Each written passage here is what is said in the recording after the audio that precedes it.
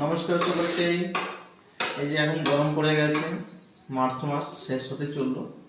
তো এই গরমে বেশি বেশি করে শরীরকে ঠিক রাখার জন্য আপনাদের সকলকেই তরমুজ খেতে হবে। তরমুজে প্রচুর পরিমাণে জল পাওয়া যায় এবং নানান ধরনের ভিটামিন পাওয়া যায়, এটা আমরা জানি। তাই আমি আজকে একটা তরমুজ নিয়ে এসেছি। তো তরমুজ নিয়ে আসার আগে আমি ইউটিউবে দেখেছিলাম কি করে বুঝবো যে তরমুজটার ভিতরে পরিপক্ক বা লাল হয়। তো সেটা অনেকেই বলে।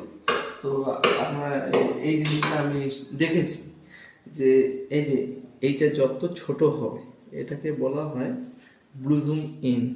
মানে হচ্ছে এই যে তরমুজের যে ফুলটা হয়, ফুলটা হওয়ার পরে ফলে থাকে, তারপরে আস্তে আস্তে এটা শেষ হয়ে যায়, এখানে ফুলটা শেষ হয়েছে, এটাকে ব্লুজুম এন্ড বলা হয়। এটা যত ছোট হবে তত নাকি লাল হবে এবং এই যে ভিতরের খোসাগুলো উঠতে থাকবে। হ্যাঁ, রোদের টেম্পারেচার এটা উঠে যাবে, তবে সেটা পরিপক্ক হবে। তো ভিতরে এখন লাল আছে না হলুদ আছে আমি জানি না, আমি সেটা অনেক গবেষণা করে নিয়ে এসেছি। আচ্ছা যাই হোক, এবারে কেটে দেখানো যাক যে আদৌ এটাতে লাল আছে না হলুদ আছে। কাছে নিয়ে আসো, কাটলাম,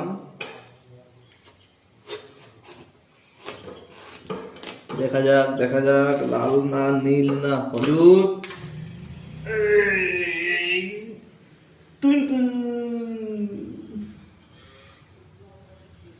তাহলে সাকসেস। ধন্যবাদ সকাল।